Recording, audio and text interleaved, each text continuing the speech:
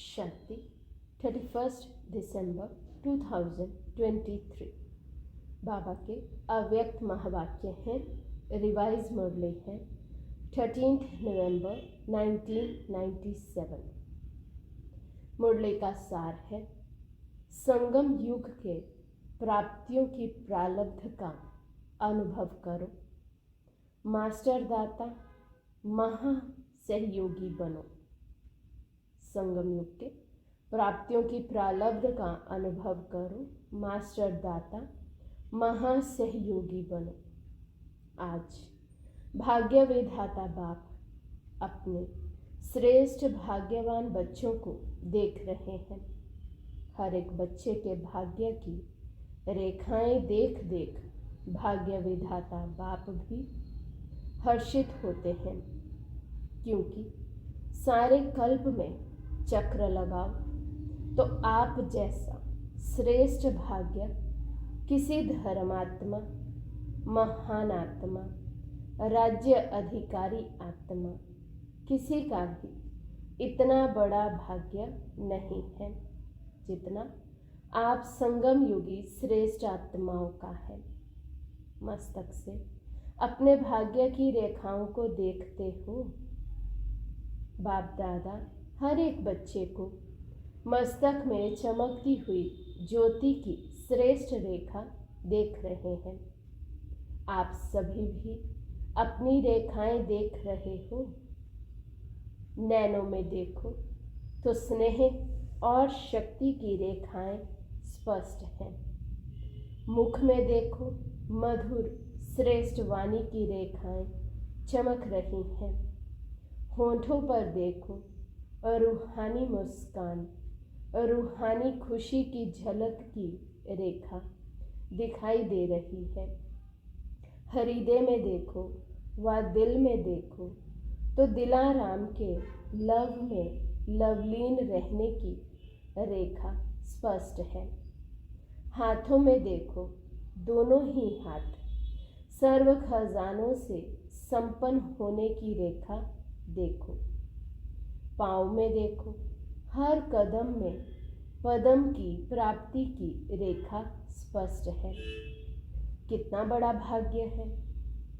भाग्य विधाता बाप ने हर एक बच्चे को पुरुषार्थ से, श्रेष्ठ कर्मों की कलम से ये सब रेखाएं खींचने की खुली दिल से खुली छुट्टी दे दी है। जितनी लकीर लंबी खींचने चाहो उतनी खींच सकते हो, लेकिन समय के अंदर। जिसको जितनी लंबी लकीर खींचनी है वे स्वयं ही खींच सकते हो। बाप ने कलम आपके हाथ में दी है, वो लकीर खींचनी आती है। खींची है या खींचना नहीं आती है? सभी को आती है। तो सभा में सभी ने हाँ जी कहा। बाबा कहते बहुत अच्छा। देखो, अभी के तकदीर की लकीर आपको सारे कल्प में भी श्रेष्ठ बनाती है। 21 जन्म तो सदा संपन्न और सुखी रहने की रेखा चलती ही है, और द्वापर कलयुग में भी आपके पूज्य बनने की रेखा श्रेष्ठ रहती है। तो इस समय के भाग्य की रेखा सारा कल्प सदा साथ चलती है, क्योंकि अविनाशी बाप की अविनाशी रेखा है। तो सदा अपने श्रेष्ठ भाग्य की रेखा समृद्धि में रहती है। रहती तो है, लेकिन कभी इमर्ज रहती, कभी मर्ज रहती है। वह सदा ही इमर्ज रहती है। इसमें कम हाथ उठा रहे हैं। देखना, सदा इमर्ज रहे। इमर्ज रहने की निशानी है कि पुरानी स्मृतियाँ, पुराने संस्कार की रेखाएं मर्ज हो जाती हैं। कभी भी पुराने संस्कारों की रेखाएं व पुरानी बातों के स्मृति की रेखाएं इमर्ज नहीं हो, मर्ज हो, और मर्ज रहते रहते समाप्त हो जाए। जहाँ श्रेष्ठ भाग्य की रेखाएं इमर्ज हैं, वहाँ पुरानी रेखाएं इमर्ज होना असंभव है। अगर होती हैं तो सिद्ध होता है कि श्रेष्ठ भाग्य की रेखा सदा इमर्ज नहीं रहती। तो क्या समझते हो, इतने श्रेष्ठ भाग्य की रेखाएं इमर्ज होनी चाहिए या मर्ज? बाप दादा वर्तमान समय सभी बच्चों को वर्तमान संगम युग की प्राप्तियों के प्रारब्ध रूप में देखना चाहते हैं। पुरुषार्थ बहुत समय किया, अभी पुरुषार्थ स्वतः चले, मेहनत वाला पुरुषार्थ नहीं। क्या अंत तक पुरुषार्थ की मेहनत करते रहेंगे? संगम युग के प्राप्तियों की प्रारब्ध का अनुभव अब नहीं करेंगे तो कब करेंगे? भविष्य की प्रारब्ध अलग चीज है। वे तो आपकी इस पुरुषार्थ के प्रारब्ध की परछाई है। वे तो आपके पीछे पीछे आपे ही आएगी। लेकिन विशेष बात है इस समय के प्रारब्ध प्राप्त करने की। ऐसे नहीं कोई पूछता है कैसे हैं, क्या हाल चाल है, तो अभी तक यही नहीं कहते रहो कि पुरुषार्थ चल रहा है। पुरुषार्थ तो है, लेकिन पुरुषार्थ की प्रारब्ध अभी अनुभव करो। वे प्रारब्ध है सर्व शक्ति संपन्न, सर्व ज्ञान संपन्न, सर्व विघ्न विनाशक मूर्त। ये अभी की प्रारब्ध भविष्य में स्वतः ही प्राप्त होगी। जैसे भविष्य में सिर्फ प्रारब्ध है, पुरुषार्थ समाप्त है, ऐसे अभी बाकी रहे हुए समय में प्रारब्ध स्वरूप का विशेष अनुभव करो। जब प्रारब्ध कहते हैं तो पुरुषार्थ की ही प्रारब्ध होती है। पुरुषार्थ किया है, उस पुरुषार्थ अनुसार ही प्रारब्ध का अनुभव कर सकते हैं। लेकिन बाप दादा बच्चों से क्या चाहते हैं? पूछते हैं ना, बाप दादा हमसे क्या चाहते हैं? तो बाप दादा यही चाहते हैं कि अब थोड़े समय के लिए पुरुषार्थ के प्रारब्ध स्वरूप बन जाओ। बन सकते हो कि पुरुषार्थ की मेहनत अच्छी लगती है, प्रारब्ध बनाने वाले बनेंगे। अभी पुरुषार्थ कर रहा हूँ, पुरुषार्थ हो जाएगा, करके दिखाएंगे, ये शब्द समाप्त हो। करके दिखाएं, क्या क्या दिखाओ और कब दिखाएंगे? क्या विनाश के समय दिखाएंगे? इसकी बहुत सहज विधि है कि अब मास्टर दाता बनो। बाप से लिया है और लेते भी रहो, लेकिन आत्माओं से लेने की भावना नहीं रखो। ये कर ले तो ऐसा हो, ये बदले तो मैं बदलूं, ये लेने की भावना है। ऐसा हो तो ऐसा हो, ये लेने की भावनाएं हैं। ऐसा हो नहीं, ऐसा करके दिखाना है। हो जाए तो नहीं, लेकिन होना ही है और मुझे करना है। मुझे वाइब्रेशन देना है, मुझे रहम दिल बनना है, मुझे गुणों का सहयोग देना है, मुझे शक्तियों का सहयोग देना है। मास्टर दाता बनो। लेना है तो एक बाप से लो, अगर और आत्माओं से भी मिलता है तो बाप का दिया हुआ ही मिलेगा। तो दाता बन फ्राक दिल बनो, देते रहो। देना आता है या सिर्फ लेना आता है? अब जो जमा किया है वो दो। आपस में ब्राह्मण आत्माएं भी मास्टर दाता बनो और दे तो मैं दूं, नहीं मुझे देना है। खजाना है आपके पास, भरपूर है, गुणों से भरपूर है, शक्तियों से भरपूर है तो देते क्यों नहीं हो?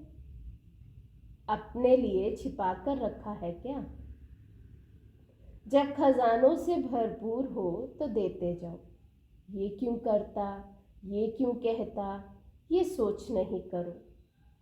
रहम दिल बन अपने गुणों का, अपनी शक्तियों का सहयोग दो। इसको कहा जाता है मास्टर दाता, महासहयोगी। सहयोगी भी नहीं, महासहयोगी बनो, महादाता बनो। तो समझा बाप दादा क्या चाहते हैं? बाप दादा अभी तक बच्चों के पुरुषार्थ की मेहनत देख नहीं सकते। डायमंड जुबली समाप्त हुई और डायमंड अभी तक बेदाग बनने के पुरुषार्थ में लगे हुए हैं। डायमंड जुबली अर्थात हर ब्राह्मण आत्मा डायमंड चमकता रहे। आप सोचेंगे कि डायमंड जुबली हमारी तो थी नहीं, वे तो दादियों की हुई। आपकी हुई या दादियों की हुई, किसकी हुई? यज्ञ के स्थापना के कार्य की डायमंड जुबली सिर्फ दादियों की नहीं, स्थापना के कार्य की डायमंड जुबली। तो आप सभी चाहे 2 साल के हो, चाहे 12 साल के हो, चाहे 50 के हो, लेकिन स्थापना के कार्य के निमित्त तो हो ना, या नहीं? निमित्त हो। ब्राह्मण माना ही ब्रह्मा बाप के साथ स्थापना के कार्य के निमित्त आत्मा, वही ब्रह्मा कुमार या ब्रह्मा कुमारी कहला सकते हैं। तो ब्रह्मा कुमार कुमारी सभी हो या पुरुषार्थी कुमार कुमारी हो? क्या हो? ब्रह्मा कुमार ब्रह्मा कुमारियां अर्थात जन्म लिया और ब्रह्मा बाप के साथी स्थापना के निमित्त आत्मा बने। तो ऐसे नहीं सोचना हम तो अभी नए हैं, हम तो अभी छोटे हैं, लेकिन समय के अनुसार जब समय समाप्ति के नज़दीक है तो छोटों को, नयों को इतना ही तीव्र पुरुषार्थ करना ही है। अगर ब्राह्मण है तो, अगर क्षत्रिय है तो छुट्टी है, लेकिन ब्राह्मण है तो ब्राह्मण सो देवता कहा जाता है, क्षत्रिय सो देवता नहीं। तो ब्राह्मण आत्माओं को स्थापना के निमित्त बनना ही है ही निमित्त। इसलिए अभी मास्टर दाता बनो, दान नहीं करो लेकिन सहयोग दो। ब्राह्मण ब्राह्मणों को दान नहीं कर सकता, सहयोग दे सकता है। तो क्या कहा? महादाता और महासहयोगी बनो। अभी 1 साल वाला भी है तो भी समय के अनुसार अभी बचपन की बातें समाप्त करो, क्योंकि सभी बच्चे वानप्रस्थ अवस्था के समीप हो। समय की गति प्रमाण, ड्रामा के नियम प्रमाण अभी सभी की वानप्रस्थ अवस्था समीप है। बाप दादा जानते हैं कि बच्चों का बाप से जिगरी स्नेह है। जिगरी स्नेह है ना, या ऊपर ऊपर का स्नेह है? दिल का स्नेह है तब तो भाग कर आए हो ना। देखो, बेहद के हॉल में बेहद के बाप के बच्चे बेहद के रूप में विराजमान है। ये हॉल अच्छा लगता है ना, या दूर लगता है? देखो, बैठने में तो दूर है, लेकिन बाप दादा अपने दिल की बहुत बड़ी स्क्रीन में आप सब दूर बैठे हुए बच्चों को अति समीप देख रहे हैं। दूर नहीं देख रहे हैं, बाप दादा के दिल की स्क्रीन बहुत बड़ी है। अभी तक साइंस वालों ने भी नहीं निकाली है, इसलिए आप दूर नहीं बैठे हो, बाप दादा के दिल में बैठे हो। ऐसे समझते हो, कुर्सी पर बैठे हो, दरी पर बैठे हो या दिल में बैठे हो। दृश्य तो बहुत अच्छा सुंदर लग रहा है। फूल पीछे तक भरा हुआ है या कुछ खाली है? बाप दादा देख रहे हैं पीछे थोड़ा खाली है। देखो, आप लोगों को बाप दादा ने काम दिया था, आप भूल गए होंगे, लेकिन बाप दादा को याद है। कौन सा काम दिया था? तो बच्चों ने कहा क्रोध मुक्त बनने का। बाबा कहते आज वे नहीं पूछेंगे, पहला चांस लिया है ना, तो आज क्रोध मुक्त का पूछेंगे तो दिल शिकस्त हो जाएंगे। बाप दादा को रिजल्ट पता है, पूछेंगे। आप लोगों से भी वहां से रिजल्ट मंगाएंगे। आज छोड़ देते हैं। तो काम दिया था कि 9 लाख तैयार करके दिखाओ, याद है? हर जोन को कहा था। तो किस जोन ने 9 लाख तैयार किए हैं? बंगाल बिहार का सेवा का टर्न है, तो बंगाल बिहार ने 9 लाख तैयार किया है। चुप है, बोलते नहीं है। चलो, एक जोन नहीं, सभी जोन ने, देश विदेश वालों ने मिलकर 9 लाख तैयार किए हैं। विदेश वाले बताओ, 9 लाख है? बाप दादा तो अपनी डेट फिक्स करते हैं और उसी फिक्स डेट पर आते हैं। आप भी सब बातों की डेट फिक्स करते हो।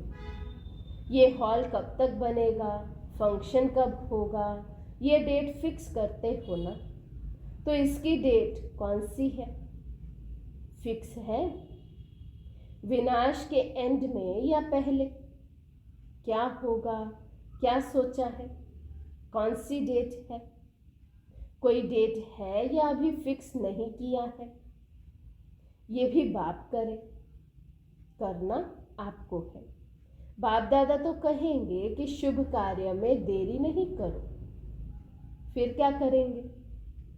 चलो, इस सीजन के एंड में हो जाए तो भी अच्छा।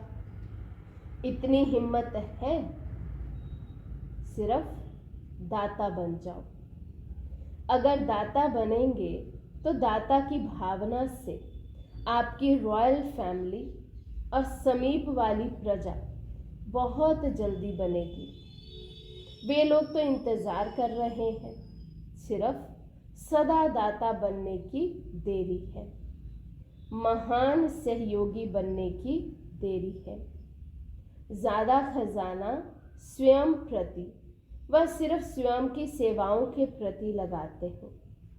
अपने अपने सेवाओं के ड्यूटीज़ में ज़्यादा समय लगाते हो। महान दाता बन, बेहद के दाता बन, वर्ल्ड के गोले पर खड़े हो। बेहद की सेवा में वाइब्रेशन फैलाओ।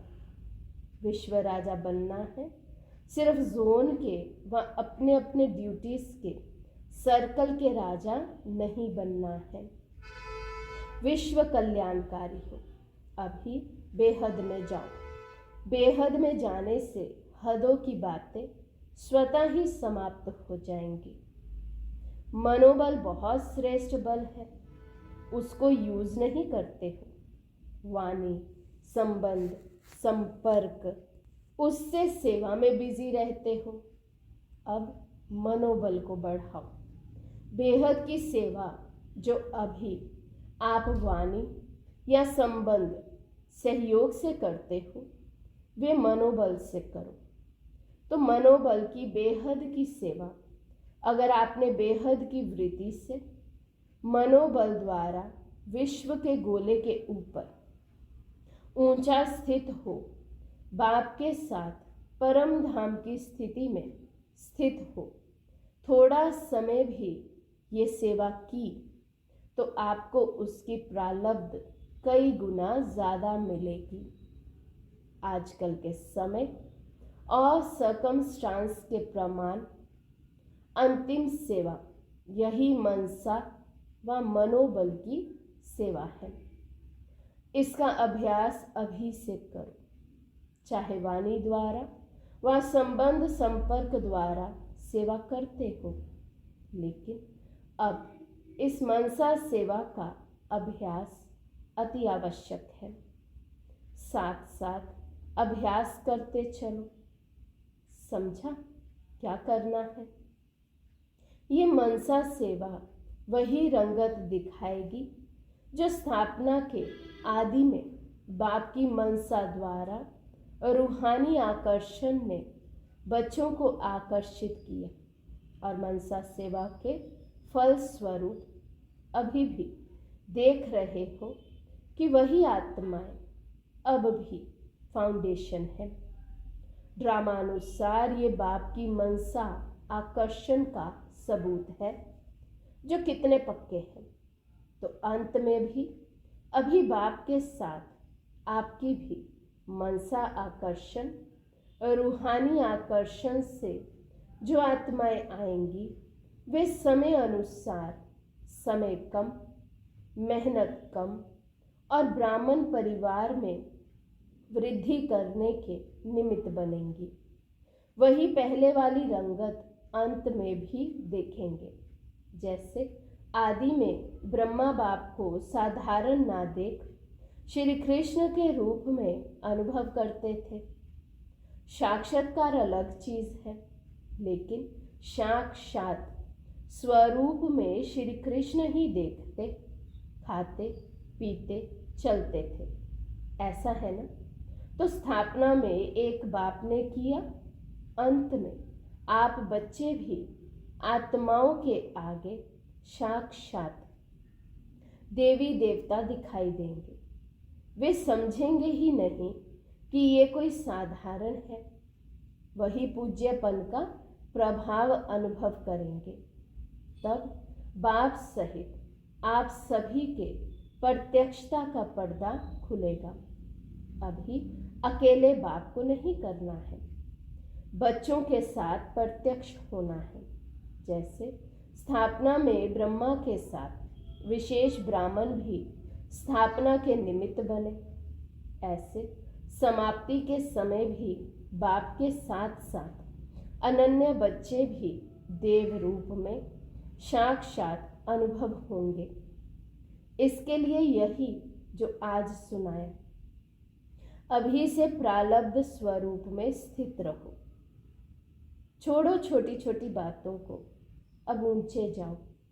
विशेष प्रारब्ध स्वरूप का साक्षात्कार स्वयं भी करो और कराओ। समझा? अभी सभी अपने अनादि स्वरूप में एक सेकंड में स्थित हो सकते हो, क्योंकि अंत में एक सेकंड की ही सीटी बजने वाली है। तो अभी से अभ्यास करो, टिक जाओ।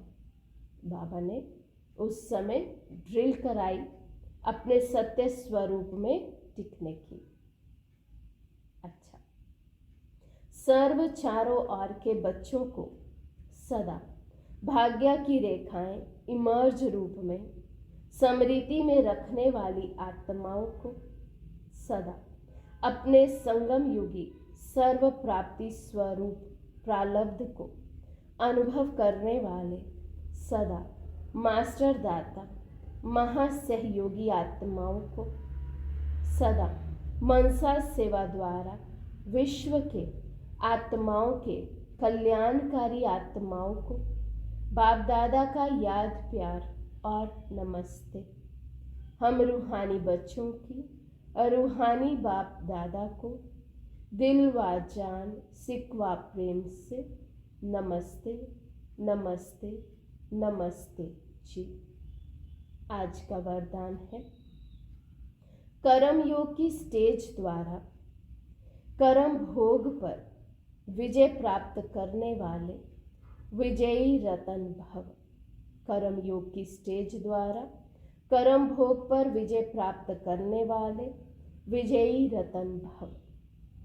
कर्म योगी बनने से शरीर का कोई भी कर्म भोगना का अनुभव नहीं कराता है। मन में कोई रोग होगा तो रोगी कहा जाएगा। अगर मन निरोगी है तो सदा तंदुरुस्त है। सिर्फ शेष शैया पर विष्णु के समान ज्ञान का सिमरन कर हर्षित होते मनन शक्ति द्वारा और ही सागर के तले में जाने का चांस मिलता है। ऐसे कर्म योगी ही कर्म भोग पर विजय प्राप्त कर विजयी रतन बनते हैं। स्लोगन है, साहस को साथी बना लो तो हर कर्म में सफलता मिलती रहेगी। साहस को साथी बना लो तो हर कर्म में सफलता मिलती रहेगी। अच्छा, ओम शांति।